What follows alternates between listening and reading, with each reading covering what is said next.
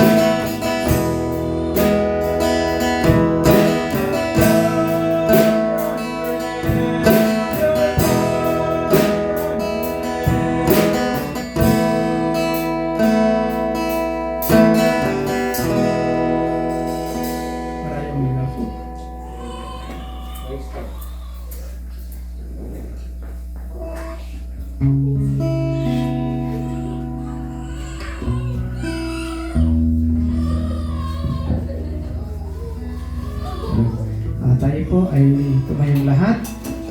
Iyo po at manalangin. Panginoon naming makapangyarihan sa lahat. Sa iyo lahat, Panginoon, ang pinakamataas na papurit pagsamba.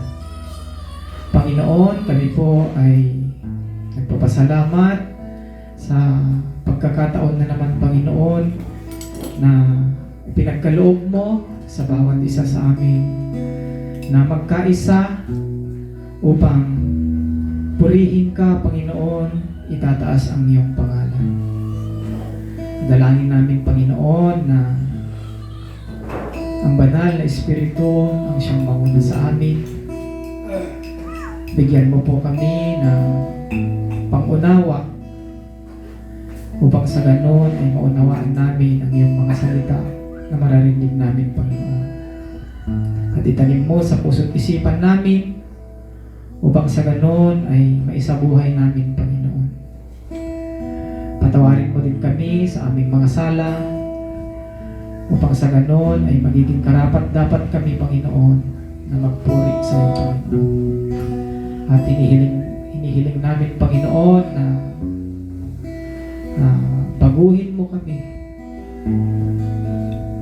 Palitan mo ang puso namin, Lord, ng pusong tapat, pusong masunurin sa iyo, Panginoon.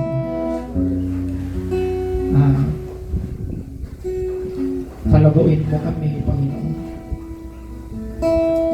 Ninais namin, Panginoon, na mas makilala ka, mas uminit ang aming relasyon sa iyo, Panginoon. Habagan mo kami, Panginoon, upang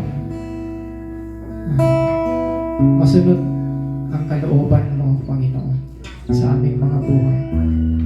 At inyas mo, Panginoon, ang lahat ng parte ng gawain ito.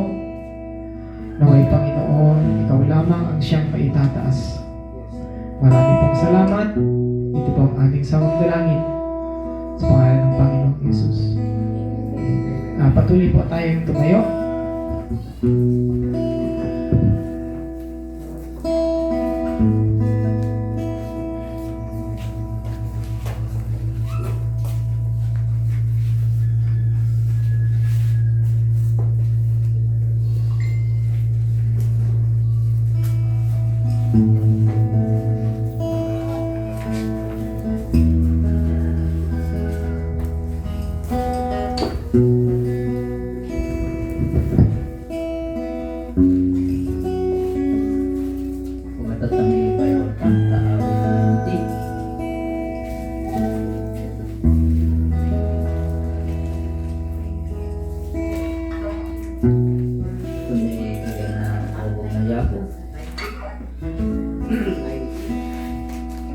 Panginoon aming Diyos, ikaw ang aming tahanan. Buhat pa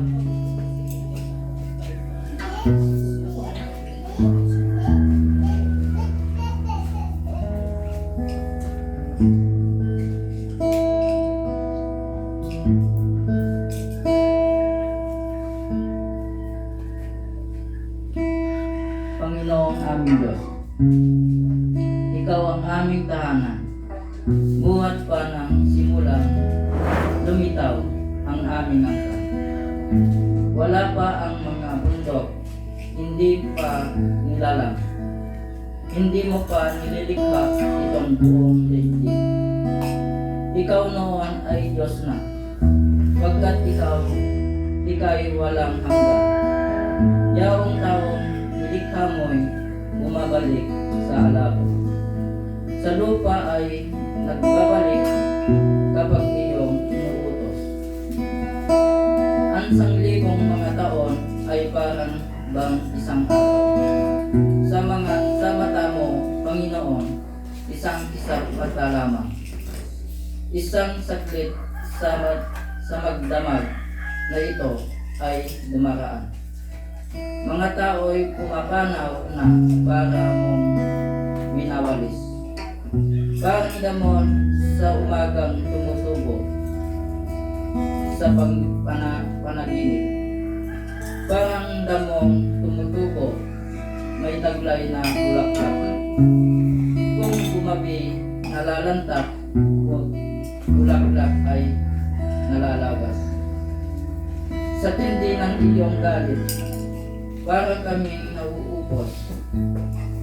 Sa simbuyo ng galit mo'y lubos kaming natatakot. Aming kasalanan sa harap mo'y nahahayag.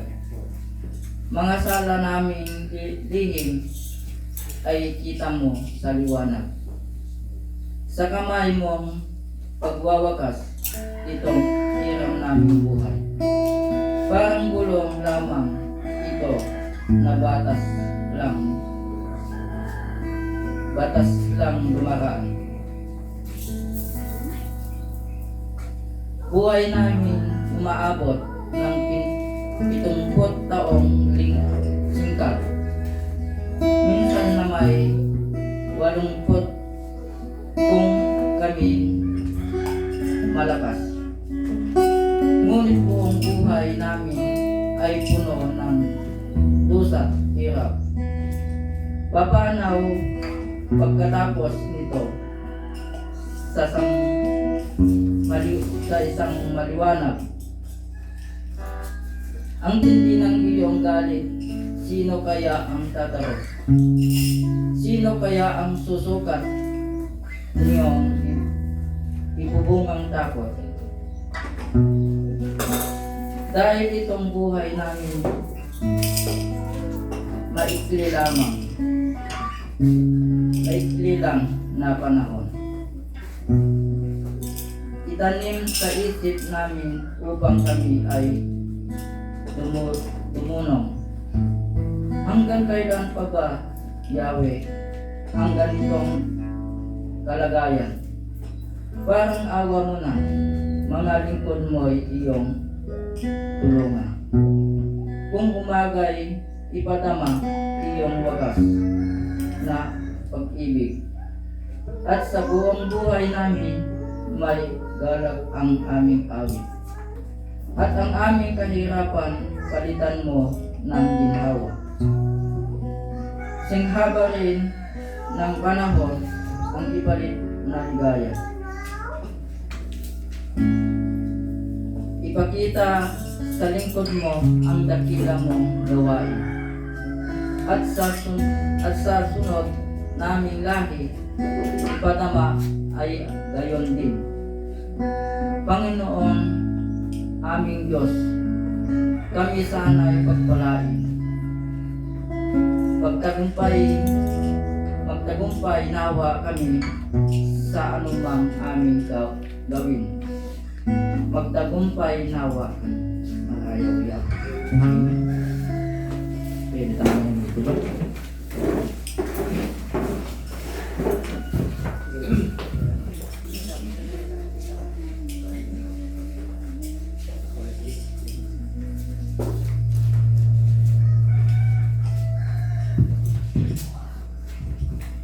Just a fugag mitang namin, waragi iray, popo tambi po iyako. Sa ngawe po ay imbitata kamo to makipagkansyong tetang padayaw tayafu.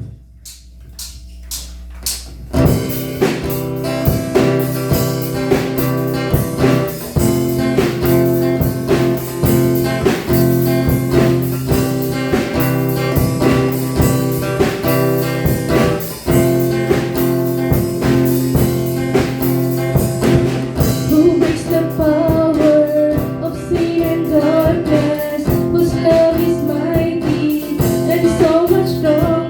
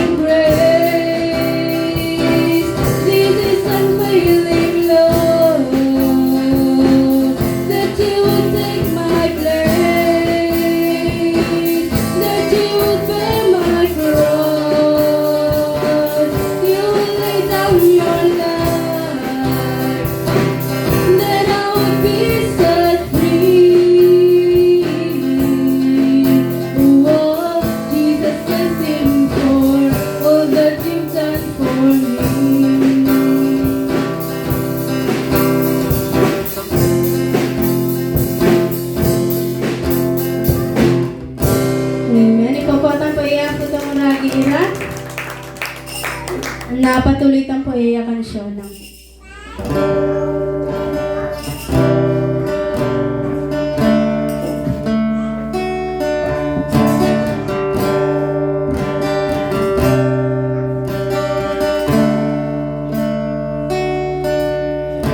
Oh Lord, you're beautiful.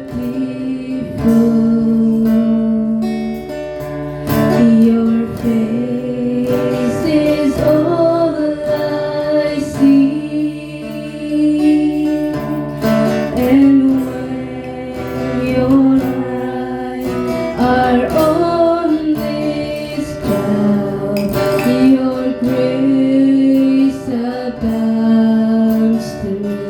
Ulitin po natin.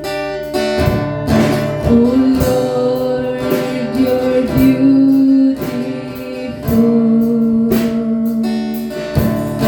Your face is all I see.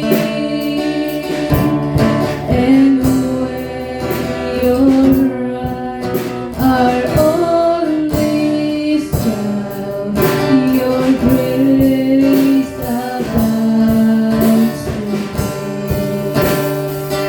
I want to take your word and shine it all around, but just help me just to live through it, Lord.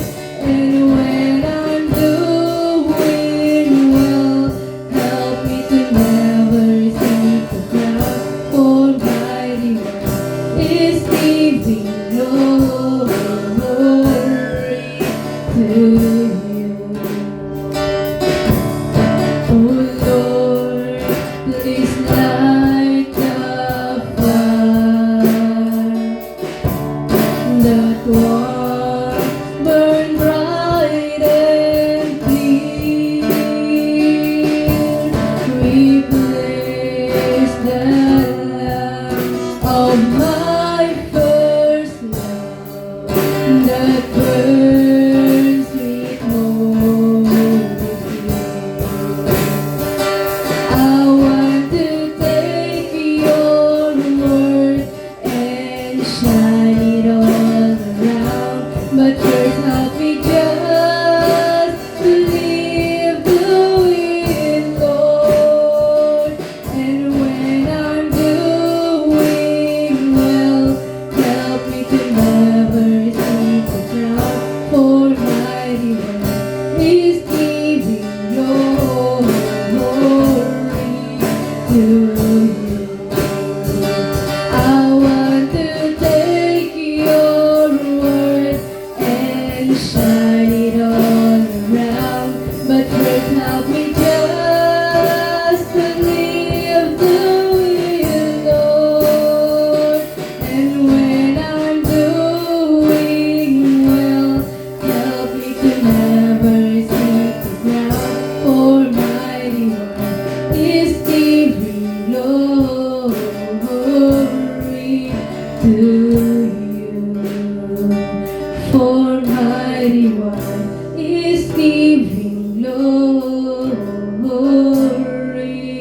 to you. Amen. Ipabatan pa iya po tamuragi, and I'm bitak ko to tumatagit tam ngaming ta patuloy tam padayaw tayo po.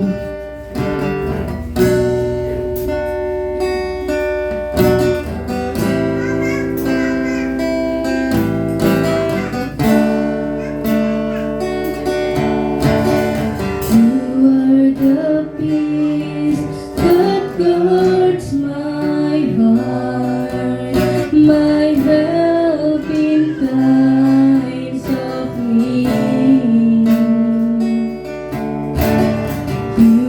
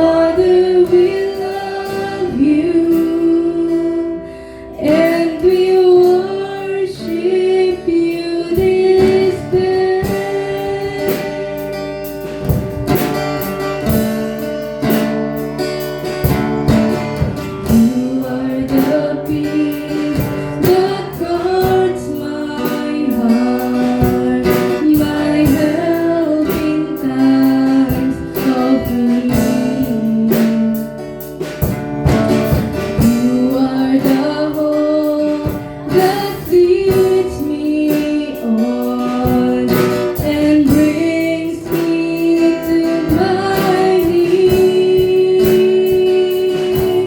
For there I find you waiting, and there I find relief. So with all of my heart I'll worship, and unto you I'll sing. For you alone deserve all glory. For you alone deserve all praise. Father, we worship and adore you. Father, we long to see your face. For you alone deserve all glory. For you alone deserve all praise. Father, we love you, and we worship you this day.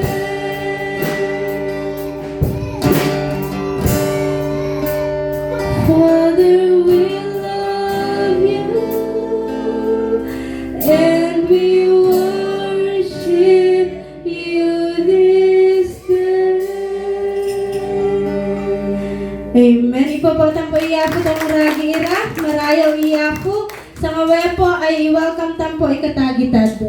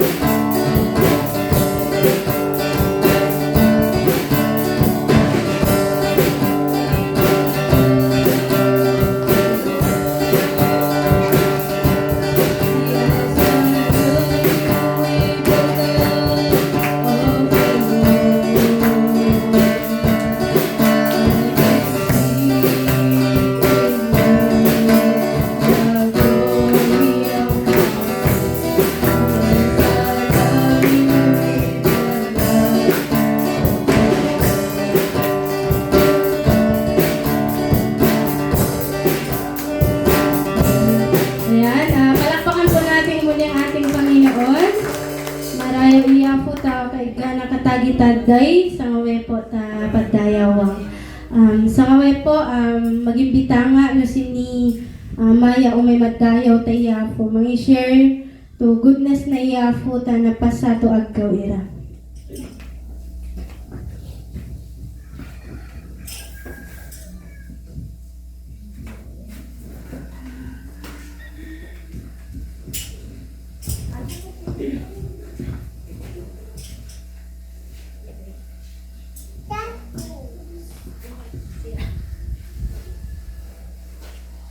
Taga po.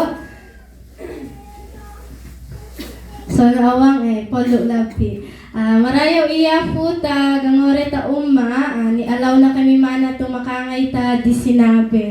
Marayaw iya po ta protection na kanayong ta pamotor mi kani Pastor Willie, although mariga dalang tari ta malapit sa bawi.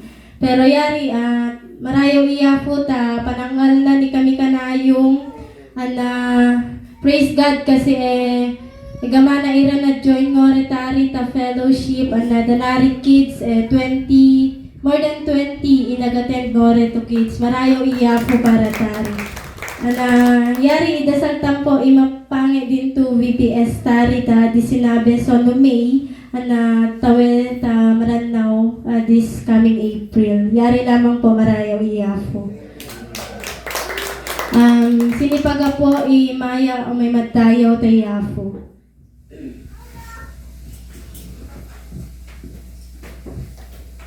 So, naawandang po ay ginatam labi taday to kansyong nagi na po namin sa amin. Mitang pagawo ragi ay popotam po iafutan.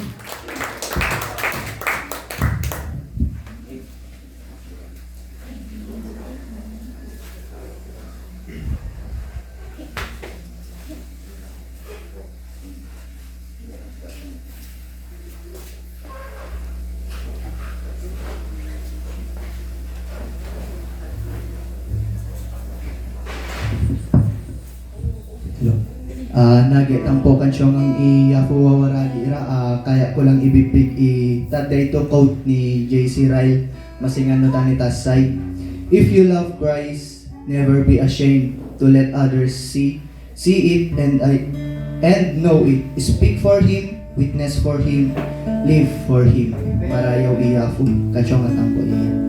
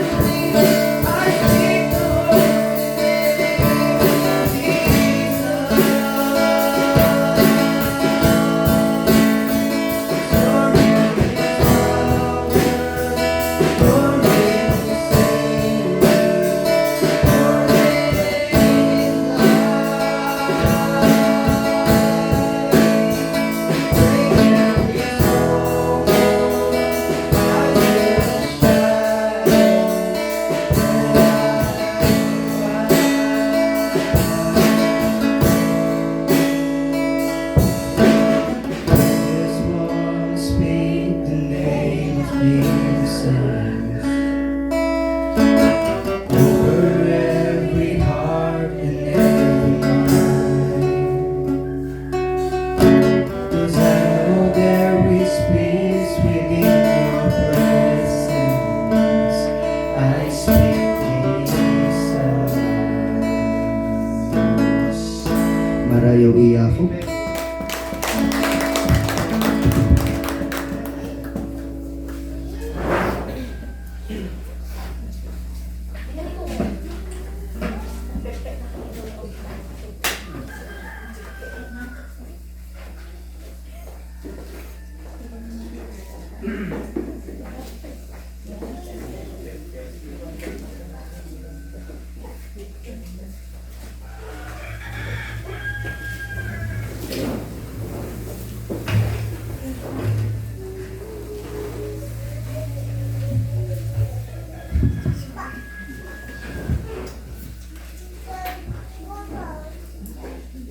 Marayo iyako iketupal na uray na kay buka na taday to congregation na matayrayaw ira ta Santa Maria kagabi. Yari ay uray na Diyos to kan na nagamagama na hindi lamang mega futa yun na nga po ay may maraming mga distractions ang nangyari bago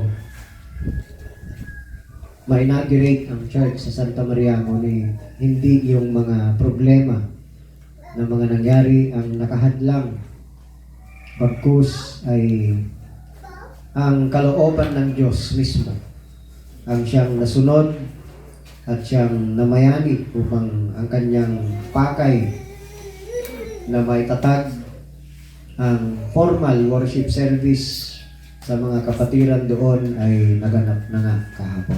At dahil dyan, marapat lamang na purihin at dakilain natin ang ating Diyos na makapagkain.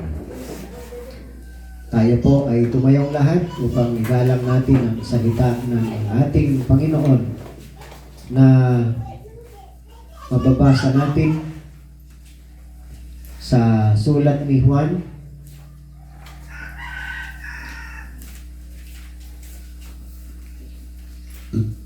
John chapter 17 page 133.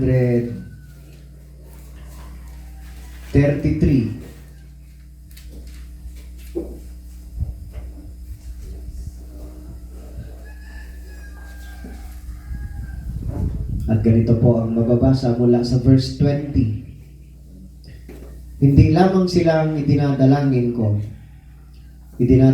ko pati ang mga mananalig sa akin dahil sa pahayag ng aking mga tagasunod. Ama, maging isanawa silang lahat kung paanong ikaw ay nasa akin at ako ay nasa iyo. Gayon din naman maging isanawa sila sa atin upang ang mga tao sa daigdig ay maniwala na ikaw ang nagsugo sa akin. Ibinigay ko na sa kanila ang karangalang ibinigay mo sa akin upang sila'y ganap na maging isa tulad mo at ako na iisa. Ako'y nasa kanila at ikaw ay nasa akin upang lubusan silang maging isa. Dahil dito, makikilala ng mga tao sa daigdig na isinugo mo ako at sila'y minamahal mo katulad ng pagmamahal mo sa akin. Ama, sila ay ibinigay mo sa akin at nais kong makasama sila sa kinaroroonan ko upang makita nila ang karangalang ibinigay mo sa akin, sapagkat minahal mo na ako bago pa nilikha ang daigdig. Mapagmahal na Ama, hindi ka kilala ng mga tao sa daigdig, ngunit kilala kita at alam rin ng mga ibinigay mo sa akin na ikaw ang nagsugo sa akin. Ipinakilala na kita sa kanila at patuloy kitang ipapakilala upang ang pagmamahal mo sa akin ay manatili sa kanila at ako ay manatili rin sa kanila. Tayo po ay manalangin. Mahabaging Diyos, nakabanal-banalan, kataas-taasan. Lubos kaming nagpupuri at nagpapasalamat sa iyo sa mga oras na ito, Panginoon, may pinagkaloob mo sa amin na kami maparito, magkaisa, na walang ibang hangarin kundi ang dakilain ka, Panginoon.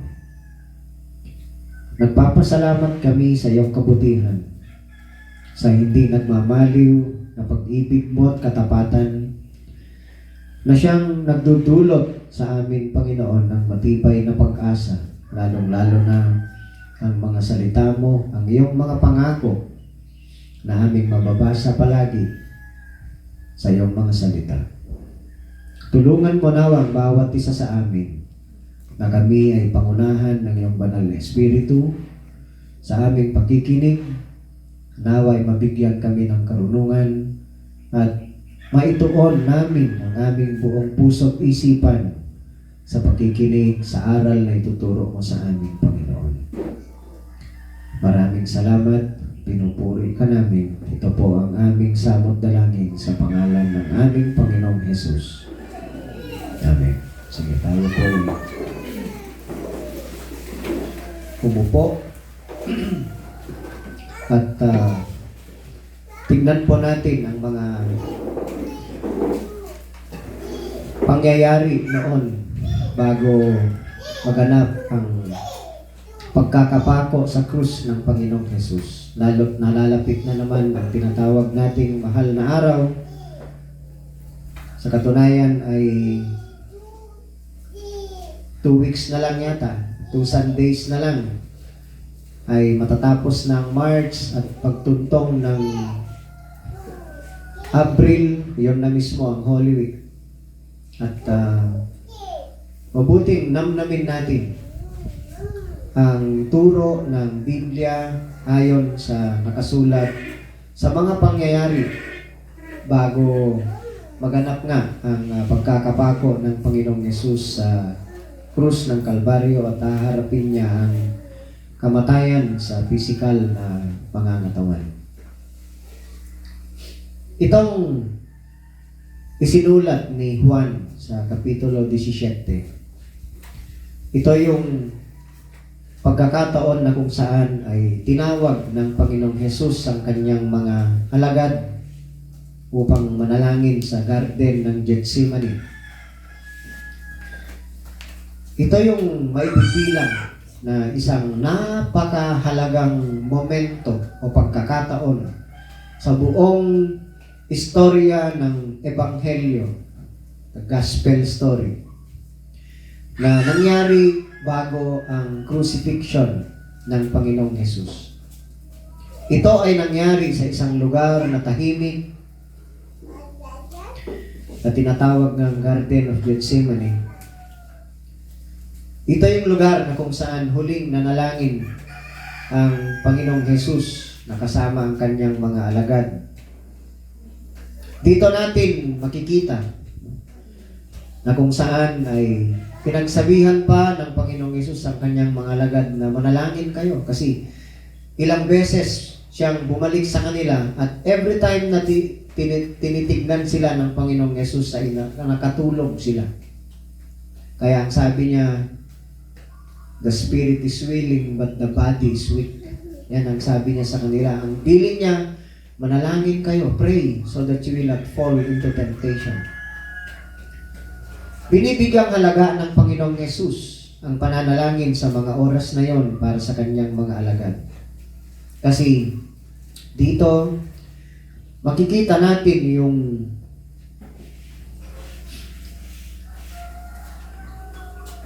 yung full weight, yung buong bigat ng kailangang ganapin ng Panginoong Hesus, na makikita natin yung gaano kabigat sa kanya yung haharapin niya. Dito natin malalaman, mga kapatid, sa nangyari dito sa Garden ng Gethsemane, yung lalim ng commitment ng ating Panginoong Hesus na kumpletuhin ang pagliligtas niya sa kanyang mga pinili. Sapagkat mamaya malalaman natin, makikita natin dito ang exclusivity ng kanyang panalangin. Ang sulat ni Mateo tungkol dito sa panalangin ng Panginoong Yesus sa Garden of Gethsemane. Ang description niya ay sa Matthew 26:36 to 38. Tignan natin sa Tagalog na Biblia natin. Matthew 26. Para maramdaman natin kung gaano kabigat yung nararamdaman ng Panginoong Yesus. Ganito ang sabi niya sa chapter 26, 36 to 38. Sinama ni Jesus ang kanyang mga alagad sa isang lugar na tinatawag na Gethsemane. Sinabi niya sa kanila, "Dito muna kayo't mananalangin ako sa dako roon." Ngunit isinama niya sina Pedro at ang dalawang anak ni Zebedeo. Nagsimulang mabagabag at maghirap ang kanyang kalooban. Kaya't sinabi niya sa kanila, "Ako'y puno ng hapis na halos ikamatay ko. Maghintay kayo rito at samahan ninyo ako sa pagpupuyat." Yan ang sabi ng Panginoong Yesus. Sa buong sulat ng 4 gospel books throughout the scripture, ang cup na tinatawag, yung kopa, yan usually sinisimbolize niyang judgment. Alam ng Panginoong Yesus na He was about to take upon Himself, tatanggapin niya sa kanyang sarili ang buong sukat, buong burden, buong bigat ng kasalanan ng kanyang mga tutubusin. At ang isa sa panalangin niya, the most honest prayers, dahil sa kanyang agony, sa kanyang hapis, ang sabi pa niya, "My Father, if it be possible, let this cup pass from me. Nevertheless, not as I will, but as you will." Kung pwede lang sana, sa Matthew 26, yung karugtong nung binasa natin sa verse 39, kung titignan po ninyo yung verse 39 nun, ang sabi ng Panginoong Yesus, lumayo siya ng kaunti, nagpatira pa siya at nanalangin, "Ama ko, kung maaari po, ilayo ninyo sa akin ang kopang ito ng paghihirap. Ngunit hindi po ang kalooban ko, kundi ang kalooban ninyo ang mangyari." Sa momento na yan, sa pagkakataong yan, lubos nating nararamdaman kung ano ang nasa puso ng ating tagapagligtas. Hindi niya alam ang kanyang patutunguhan. Alam na alam niya kung ano ang patutunguhan niya. Alam na alam niya. He fully understood what it would cost. Ngunit, ganun pa man, sa bigat ng kasalanan na kanyang babatain sa kanyang sarili, pinili niya na tupdin ang kalooban ng Ama. Itong pagkakataong ito ay lubos na mahalaga para maunawaan natin ang kasiguruhan ng ating kaligtasan. Napakahalaga po nito, mga kapatid. Ang Panginoong Yesus, hindi siya nagdalawang isip dahil ang resulta ng gagawin niya ay walang kasiguruhan. Hindi po.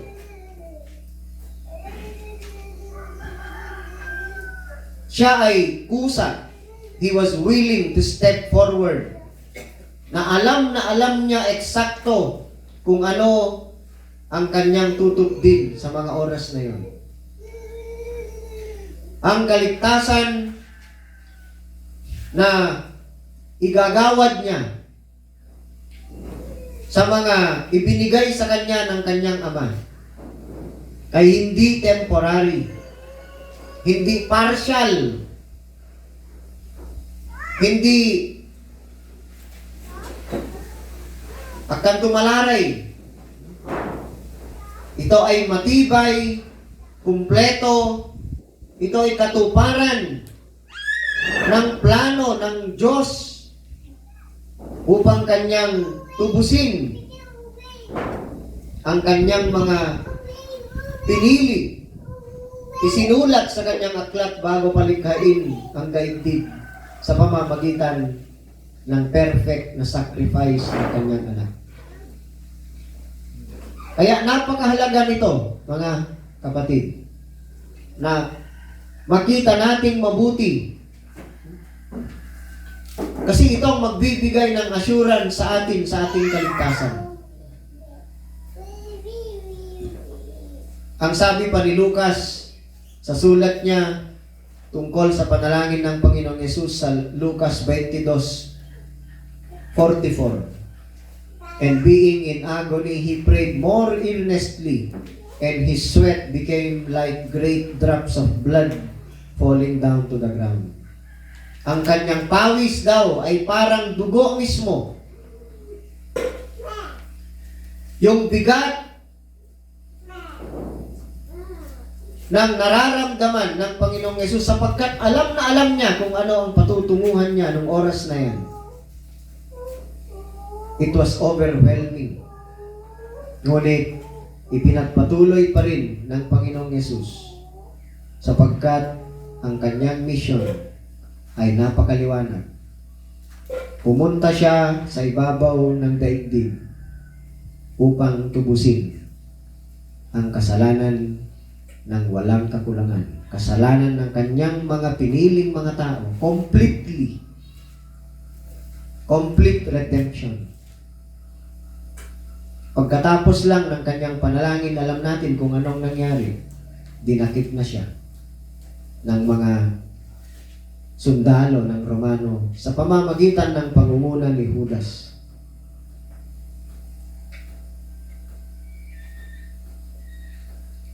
Si Jesus ay hindi na-trap doon sa garden. Hindi siya iginupo ng mga sundalo. Sa anumang pagkakataon ng oras na yon, ay pwede sana niyang pinigilan ang buong proseso. Legion of angels sana ang pwede niyang hiniling sa kanyang ama upang pigilan ang mangyayari. Ngunit hindi niya ginawa.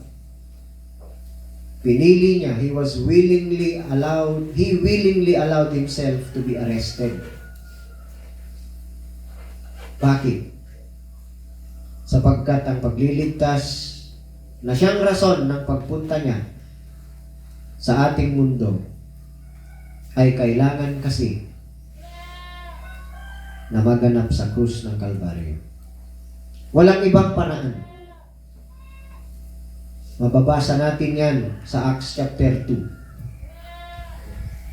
So yung pangyayaring yan, diyan natin maibabatay ang kasiguruhan ng tinatawag na eternal salvation.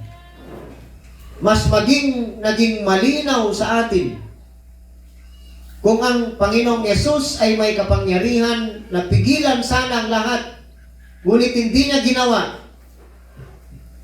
Nangangahulugan na talagang meron siyang matibay na intention na kumpletuhin ang ating katubusan o kaligtasan.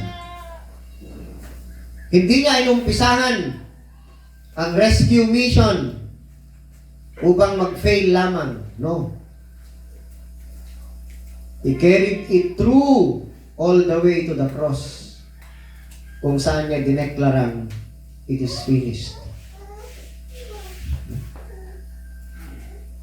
Ang krus actually ay hindi yon ang umpisa ng ating kaligtasan. Yon actually ang completion ng plano ng Ama na kailangang ganapin ng kanyang anak na si Jesus. Yon ang kaganapan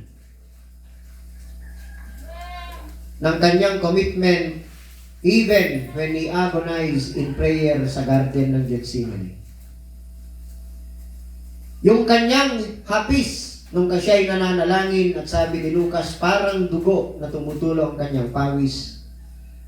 Ang nagsasabi na malinaw sa Panginoong Yesus kung ano ang bigat ng kanyang gagawing pagtubos. At pinili pa rin niya na tapusin ang kanyang dapat gawin. Sapagkat ang ating kaligtasan ay hindi nakasalalay sa ating obedience, kundi sa kanyang obedience sa kalooban ng Ama. Amen. Kung kaya tayong mga mananampalataya, meron tayong kumpiyansa sa panahon natin ngayon na ang ating kaligtasan ay sigurado hindi dahil sa tayo ay consistent sa lahat ng ating gagawin o ginagawa. Tayo ay nagkakamali, tayo ay nagkakasala pa. Ngunit ang kasiguruhan ng ating kaligtasan ay dahil sa tinapos ng ating Panginoong Hesus sa krus ng Kalbaryo nung hindi siya nag-alinlangan na maipako at batain ang pagpapahirap sa kanya, pati ang kamatayan mismo. Siya mismo na ating tagapagligtas na nakipagbata sa bigat ng krus ay siya din mismo ang tumapos sa kanyang misyon upang ang pagliligtas sa atin ay naging kumpleto. Isang mahalagang bahagi ng kanyang panalangin dito sa John 17 ay nakatuon sa atin. Kasi kung titignan po natin, ang unang bahagi ng kanyang panalangin ay para sa kanyang mga alagad noong panahon na yan. Ngunit ibinilang niya tayo. Doon sa verse 20 nag-umpisa. Kaya nga ang sabi ng Panginoong Yesus, hindi lamang sila ang idinadalangin ko pati ang mga mananalig sa akin dahil sa pahayag ng aking mga tagasunod. Future believers at kabilang tayo doon, mga kapatid. Ang panalangin ng Panginoong Yesus para sa kanyang mga alagad ay hindi upang matakasan nila ang paghihirap sa mundong ito. He did not pray for escape, but He prayed for protection. Yan ang panalangin ng Panginoong Yesus. Ang sabi niya sa verse 11, at ngayon, ako'y papunta na sa iyo. Iiwan ko na ang sanlibutan ito, ngunit sila ay nasa sanlibutan pa. Amang banal, ingatan mo po sila sa pamamagitan ng kapangyarihan ng iyong pangalan, ang pangalang ibinigay mo sa akin, upang kung paanong ikaw at ako ay iisa, gayon din naman sila'y maging isa. Hindi niya itinalangin na matatakasan ng kanyang mga tagasunod ang mga pangyayari sa mundo. Bagkus, ang hiniling ng Panginoong Yesus ay protection. Hindi niya hiniling ang removal of pressure. Ngunit ang hiniling niya ay preservation in the middle of it. Na sila ay aakayin ng kapangyarihan ng Ama sa pamamagitan ng pangalan ni Jesus, sapagkat yun ang sabi niya. Ingatan mo po sila sa pamamagitan ng kapangyarihan ng iyong pangalan, ang pangalang ibinigay mo sa akin. Yan ang sabi ng Panginoong Jesus. So, dito sa panalangin na ito, dito natin nakikita at nalalaman kung ano ang hinahangad ng Panginoong Yesus para sa kanyang mga taong pinili. Ito po ang title ng message. Jesus desire for His chosen people. Remember, ng panalangin ito ay may exclusivity. Hindi niya idinalangin ang buong daigdig. Mababasa natin yan sa verse 9 nitong chapter 17. Ang sabi niya sa verse 9, idinadalangin ko sila, hindi ang sanlibutang ito ang idinadalangin ko, kundi ang lahat ng ibinigay mo sa akin sapagkat sila'y sa iyo. So nakikita natin ang exclusivity ng prayer ni Jesus na para sa kanyang mga tao lamang, pinili ng Ama bago palikhain ng daigdig, at silang ibinigay niya kay Jesus na kanyang anak. Ganon din sa verse 24. Ano ang sabi ng panalangin ulit ng Panginoong Yesus sa verse 24? Ama, sila ay ibinigay mo sa akin at nais kong makasama sila sa kinaroroonan ko upang makita nila ang karangalang ibinigay mo sa akin sapagkat minahal mo na ako bago pa nilikha ang daigdig.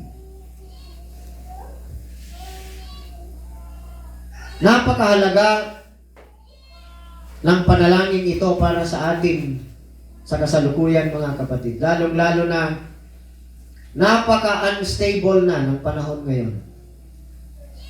Sabi ko nga kay Pastor Willie kanina, 90 pesos na ang 1 litro ng diesel.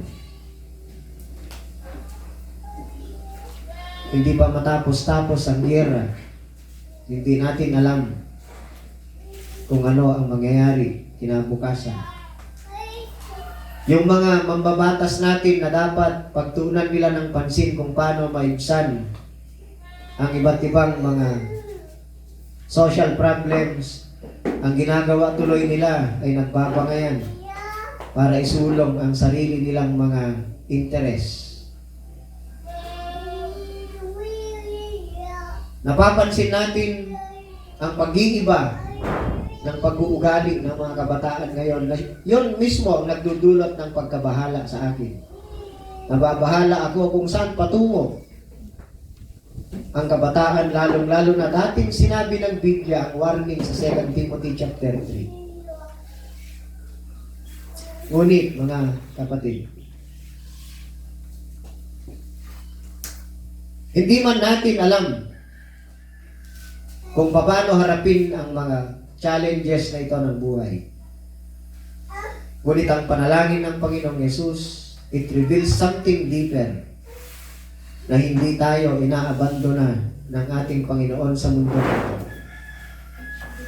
Hindi tayo iniwan ni Jesus, hindi tayo basta manatili dito na hindi natin kasama ang katiyakan ng kanyang sustaining power sa atin. Kung katulad ng kanyang mga lagad noon, ang sabi ng Panginoong Yesus, I'm not asking you to take them out of this world, but to protect them. Ganon din ang assurance sa ating mga kapatid. Amen. Mahalaga yan. Ngunit, ang dalawang bagay na makikita nating hinahangad ng ating Panginoon para sa ating future believers nung siya'y nanalangin. Una po, ang mahalagang hinahangad ng ating Panginoon sa atin ay unity.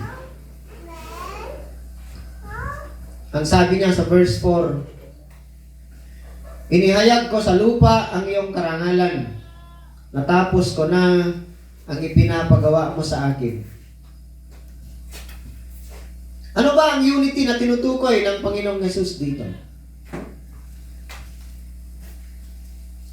Ang sabi pa niya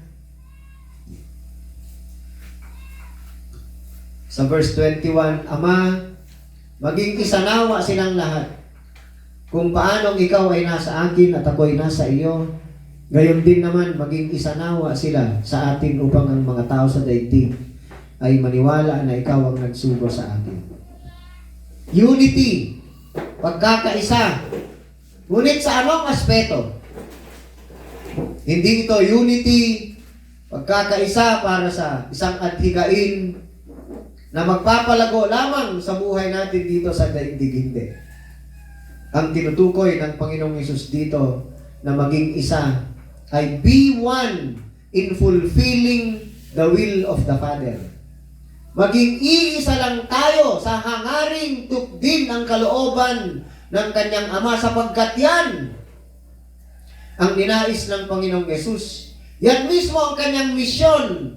Yan mismo ang kanyang panalangin. Not my will, but yours be done. Ganon din ang inahangad niya para sa atin, na maging iisa tayo, na hinahangad natin palagi na tukdin ang kalooban ng Ama. Yan mismo ang binasa ko sa verse 4 kanina. Inihayag ko sa lupa ang iyong karangalan, natapos ko na ang ipinapagawa mo sa akin. Ang focus ng Panginoong Hesus ay tukdin ang pinapagawa ng kanyang Ama sa kanya. Mababasa din natin yan sa chapter 10. Kung tignan natin ang chapter 10 ng John, sa verse 37 and 38, kung hindi ko ginagawa ang mga ipinapagawa ng aking Ama, huwag ninyo akong paniwalaan. Ngunit kung ginagawa ko ang mga ito, paniwalaan ninyo ang aking mga gawa kung ayaw ninyong maniwala sa akin. Sa gayon, matitiyak ninyong nasa akin ang Ama at ako'y nasa Kanya. Di ba? Pag-iisa ang sinasabi ng Panginoong Hesus dito, na ang Ama ay nasa akin at ako ay nasa Kanya. Ganon mismo ang sinabi niya dito sa Kanyang panalangin. Kung paanong ikaw ay nasa akin at ako'y nasa iyo, gayon din naman maging isanawa sila sa atin upang ang mga tao sa daigdig ay maniwala na ikaw ang nagsugo sa akin. So ang pag-iisa na tinutukoy ng Panginoong Hesus dito ay hindi para maging united lamang sa paraang nagkakaisa tayo sa lahat ng ating hangarin para sa ikabubuti ng iglesia. Hindi lang yon. Ngunit ang hinahangad ng Panginoong Hesus ay mag-isa tayo, maging isa tayo sa hangaring tukdin ang kalooban ng kanyang Ama. Amen. Ganyan din ang sinabi niya sa chapter 10 verse 25. Sumagot si Jesus, sinabi ko na sa inyo, ngunit ayaw ninyong maniwala. Ang mga ginagawa ko sa pangalan ng aking Ama ang nagpapatotoo tungkol sa akin. Walang ibang focus ang Panginoong Hesus, kundi tukdin ang kalooban ng kanyang Ama. At malinaw na inihayag niya kung ano ang gagawin niya. Ang sabi sa Luke chapter 19, to seek and save that which are lost. Nakatuon ang kanyang panalangin para sa mga ibinigay lang ng kanyang Ama sa kanya. Very exclusive. At ang hangarin niya sa exclusive prayer na ito para sa kanyang mga pinili, pinuntahan dito upang iligtas, ay maging isa sa hangaring tukdin ang kalooban ng Ama. At hindi lang yon, isa pang hangarin ng Panginoong Hesus sa pagiging isa, kailangang maging united tayo in the common belief of the truth that was received in the Word of God. Kailangang iisa ang ating hangarin, ang ating pangunawa, ang ating paninindigan at paniniwala sa katotohanang tinanggap natin mula sa salita ng Diyos. Yan ang isa sa hangarin ng Panginoong Hesus.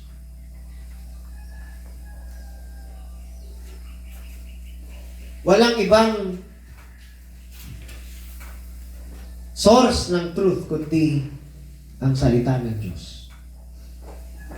Kaya nga mismo sinabi ng Panginoong Hesus, ako ang daan, ang katotohanan at buhay. Yan mismo ang nakasulat dyan sa background natin.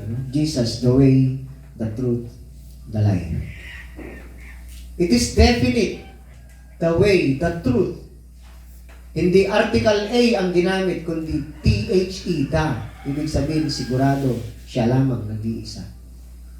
Kung kaya't ang hangarin dapat natin, mga kapatid, bilang bahagi ng katawan ni Jesus, ay makapag-isa tayo, iisa ang ating pag-intindi, pang-unawa, pananampalataya at pananalig sa katotohanang nakasaad sa salita ng ating Panginoon.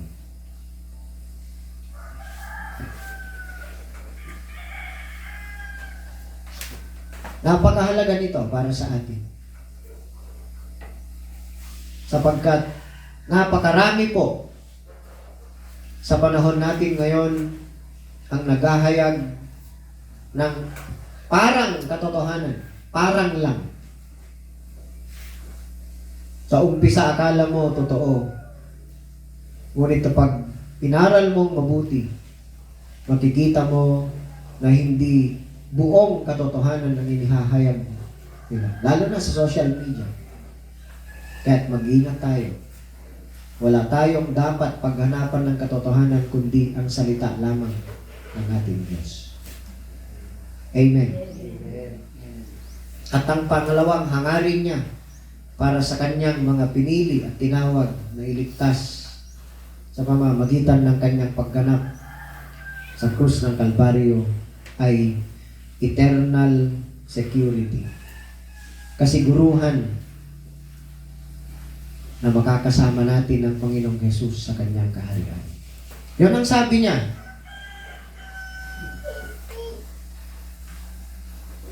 Tignan natin ang sinabi ng Panginoong Jesus sa panalangin niya sa verse 21.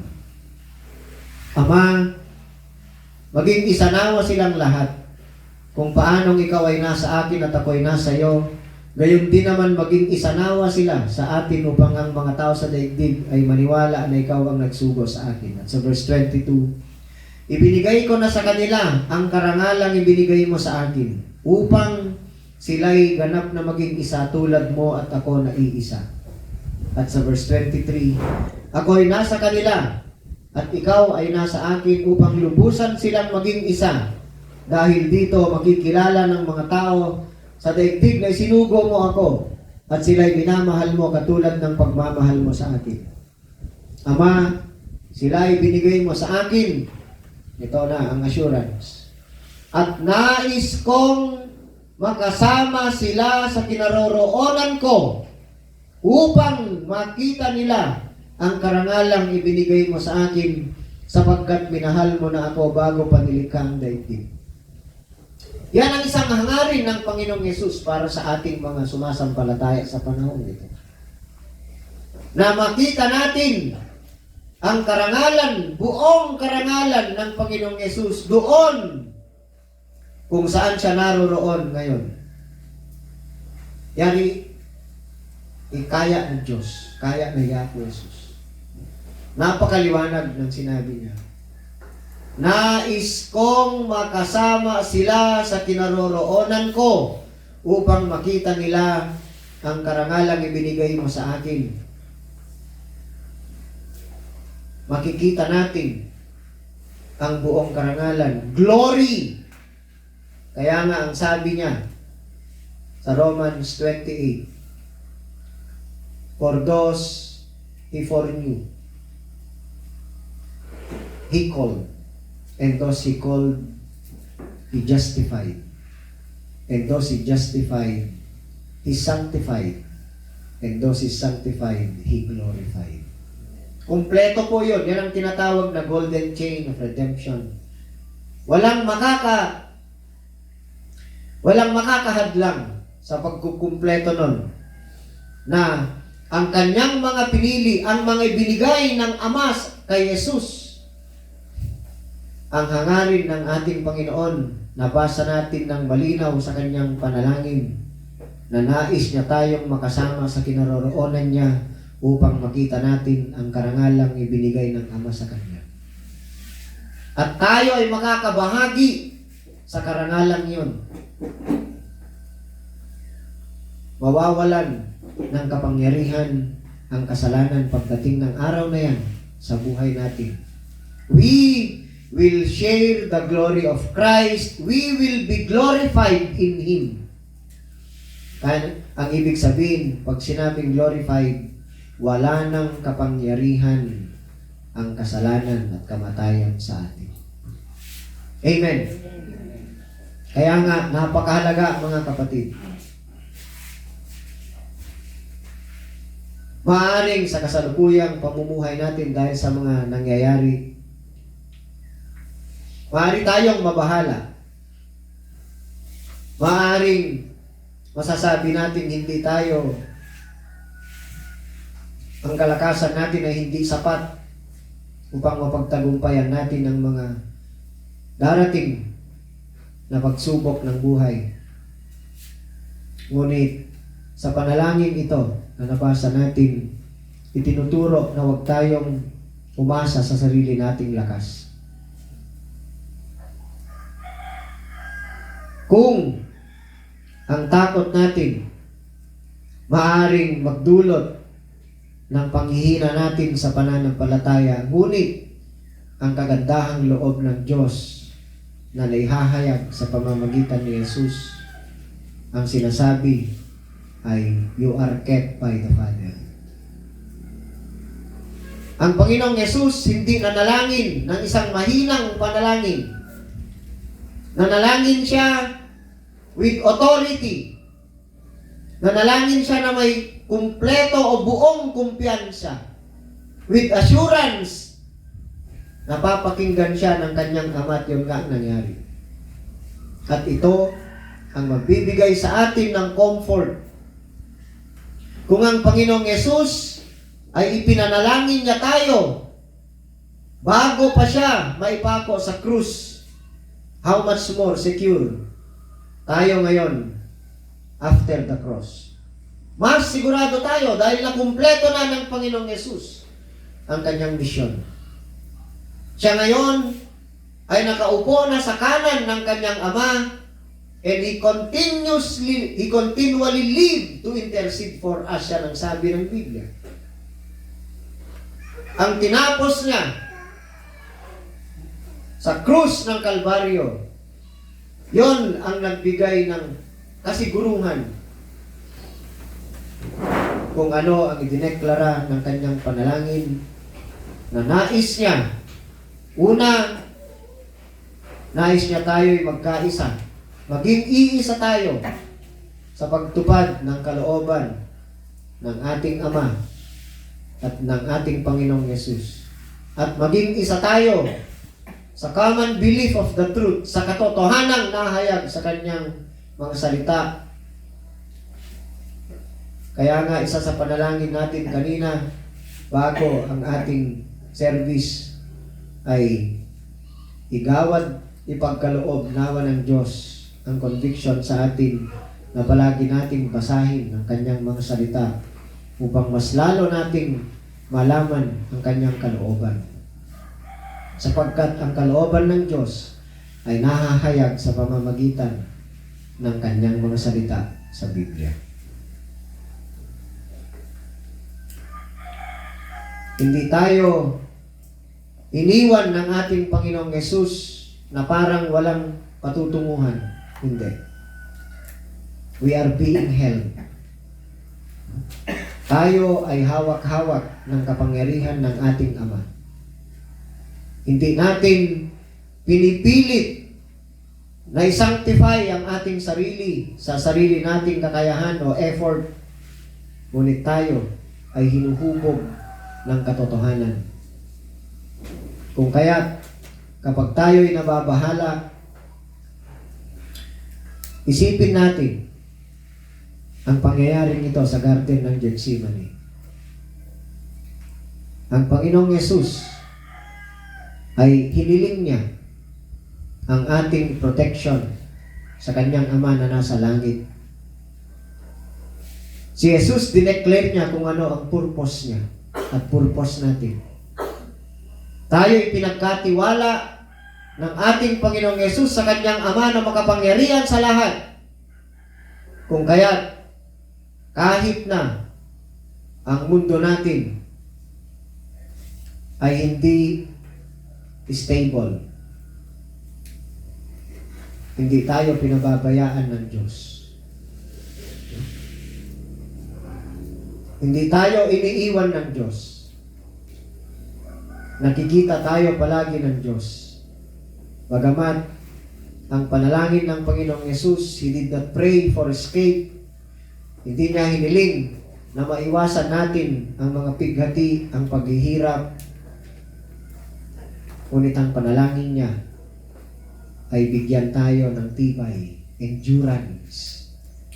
At ang kagandahang loob ng Diyos na yan, na siyang nagligtas sa atin, ay siya din ang magsusustain sa atin upang manatili tayo na maging tapat sa pagsunod sa kalooban ng ating Panginoon. Amen. Praise God. Tayo po ay manalangin. Lord, marami pong salamat, Panginoon, at sa pamamagitan ng panalangin ng Panginoong Yesus na naitala ni Apostol Juan, ay siyang nagpapatibay sa amin, sa aming pananampalataya at pananalig sa iyo na aming Diyos. Bagaman ang katotohanan na nahayag sa iyong mga salita bago pa mangyari, ay nakikita na namin ngayon ang kaganapan ng mga pangyayaring ito, Panginoon. Ngunit niloob mo na dati naming malaman na magaganap ang mga pangyayaring ito upang hindi kami mabalisa pagkus ay lubos kaming magtitiwala sa kalooban mo, Panginoon. Tulungan mo kami na patuloy na magtiwala at umasa sa iyo, sapagkat ang iyong mga pangako, ang katotohanan ng iyong mga salita ay mas matibay pa sa aming mga buhay. Ang mga salita mo ay mas matibay pa kaysa sa daigdig na aming kinaroroonan ngayon. Maraming salamat, Lord. Pagpalain mo na ang bawat isa sa amin sa mga aral na iyong itinuro sa pamamagitan ng iyong mga salita. At ito po ang aming samot dalangin sa pangalan ng aming Panginoong Jesus. Amen.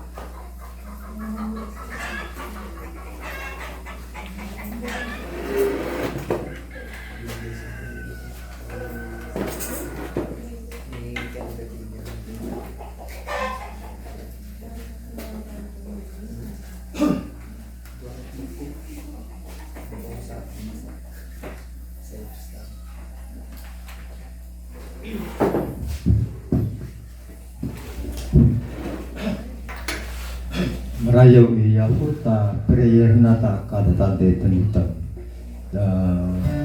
Ubo yung saya ng oras to nagdata.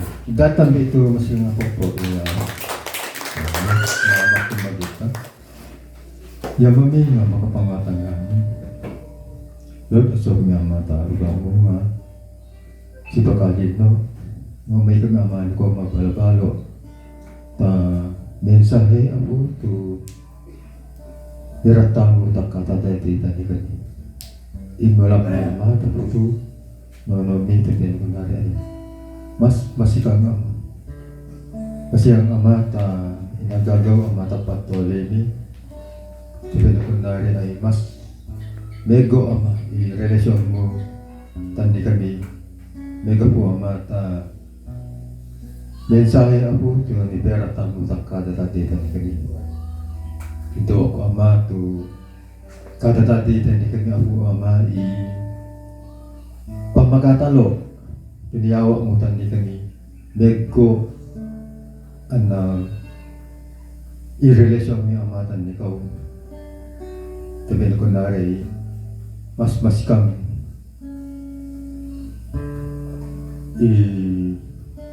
pangayamo takada dito ni kami ama.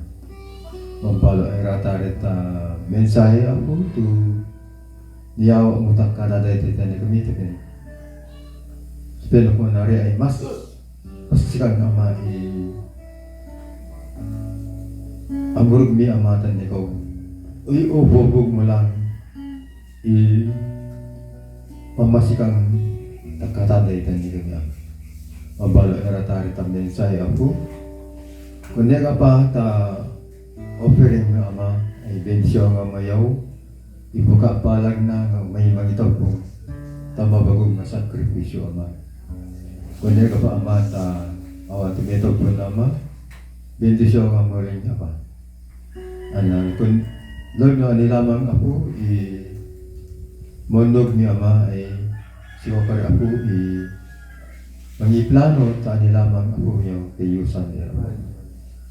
Pambalo ama, i-bless mo ama, i-mensahe itong puto na katagita-dita ni kami.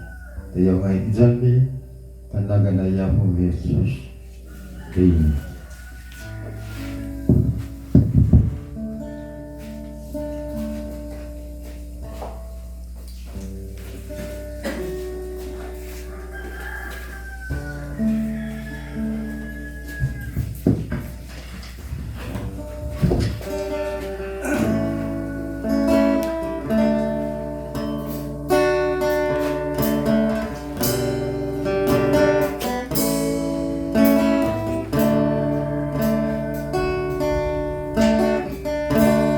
Mayroon lamang akong sanglibong buhay, hindi pagkakait, lahat sa'yo ibibigay.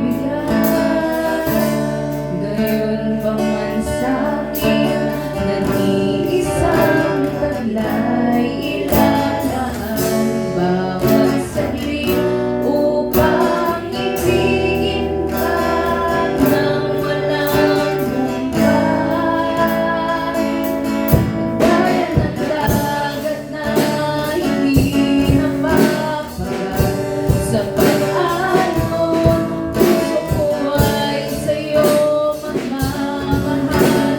Sa habang panahon, natatanging kayamanan ko, ikaw ay sambahin.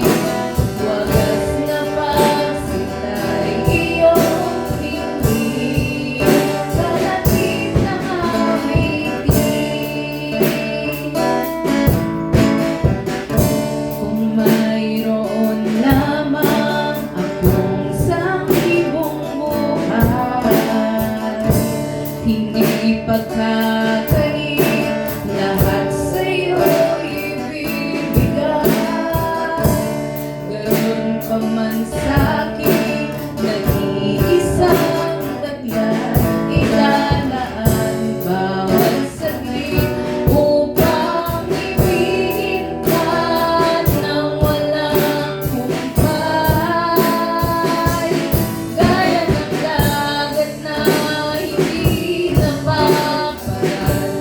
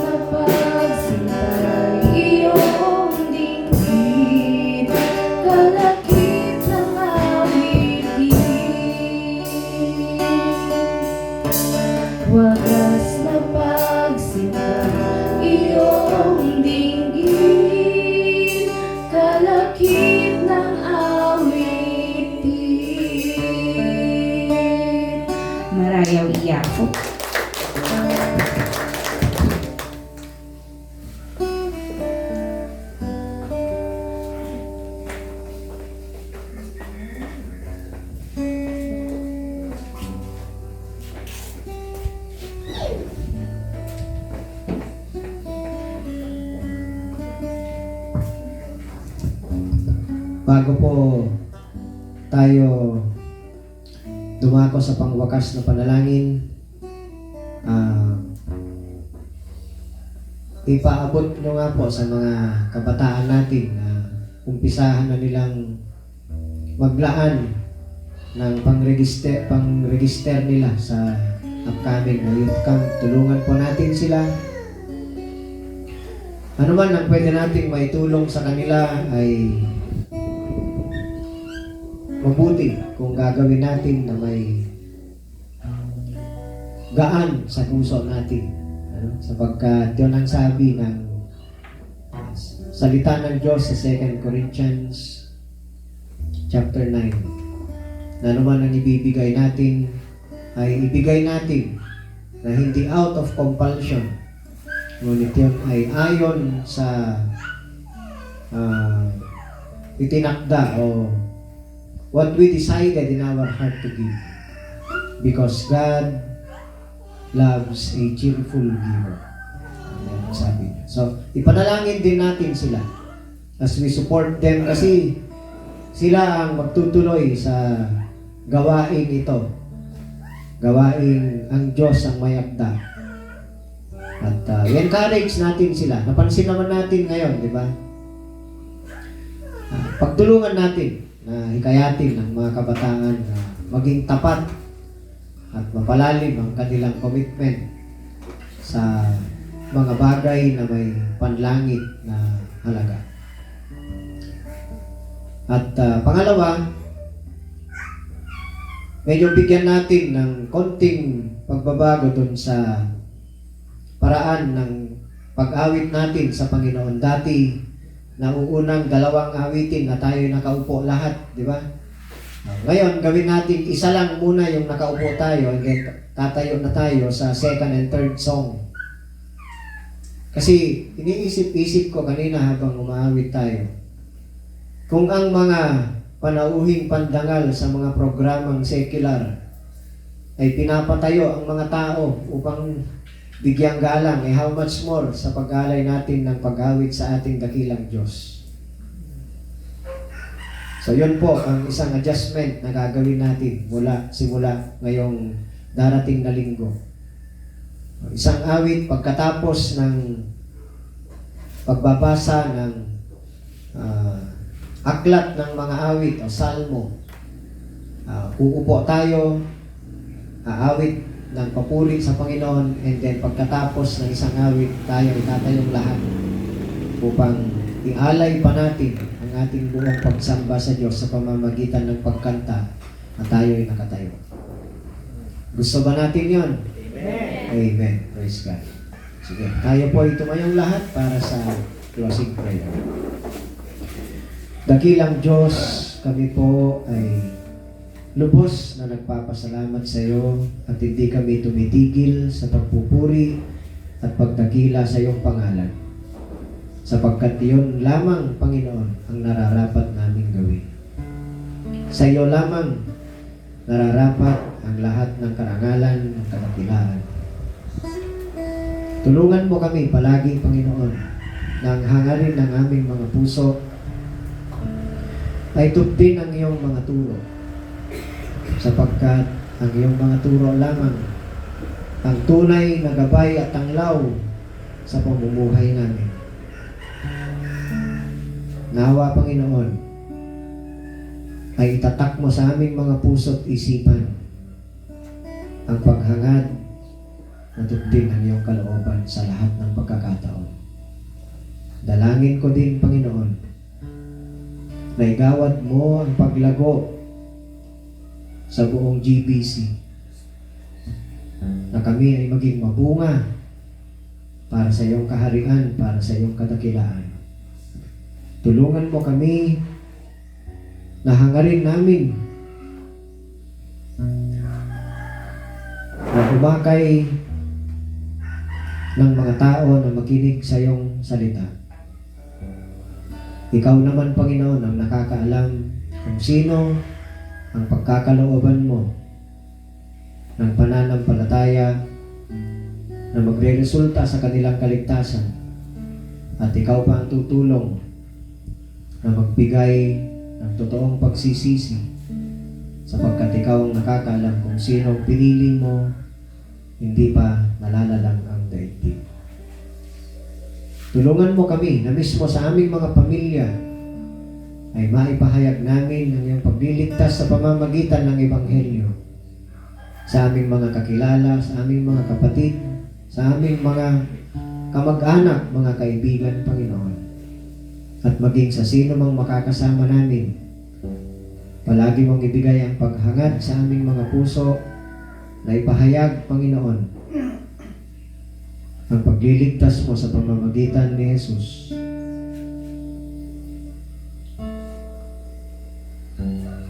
Tulungan mo kami, Panginoon, sa pamamagitan ng kapangyarihan ng Banal na Espiritu. Dalangin ko din, Panginoon, na ipagkaloob mo ang pangangailangan ng bawat isa sa amin, lalong-lalo na sa aspeto ng kalusugan, ang kalakasang kailangan naming harapin ang mga pagsubok sa buhay. Bigyan mo kami ng katatagan, Panginoon, na kahit na anong harapin namin ay hindi kami maghihina, pagkus ay mas lalo kaming titibay sa pananalig sa tulong mo, sapagkat ang katotohanan hindi ka nagpapabaya ang siya naming panghahawakan, Panginoon. Inilahad na namin sa iyo ang aming mga panalangin kanina, Panginoon, bago kami nagkumpisang mag-alay ng pagsamba sa iyo. Nawa ay pagkaloob mo, hindi lang sa amin, maging ang mga kapatiran namin nasa ibang bansa. Kailangan nila ng iyong tulong, pamilya ni na Sister Lori, especially ang kanilang anak na si Bella na nagdaan sa surgery. Ibigay mo nawa, igawad mo ang agarang paggaling niya, Panginoon, at recovery niya. Maraming salamat, Lord. Punuin mo nawa ng iyong kapayapaan ang aming mga buhay. Igawad mo sa amin ang kagalakang palaging nananatili sa aming mga puso habang ginaganap namin, tinutupad namin ang iyong kalooban. Gabayan mo kami sa aming pansamantalang paghihiwa-hiwalay, Panginoon. Pinagkakatiwala namin sa iyo ng lubos ang lahat ng mga aming kinakaharap sa buhay. At umaasa kami sa tulong mo. Maraming salamat, Lord. I-bless mo din, Panginoon, ang nalalabing oras pa namin as we fellowship together, na walang ibang napapapurihan na nadadakila kundi ikaw lang. Ito po ang aming samot dalangin sa pangalan ng aming Panginoong Jesus. Amen. Praise God.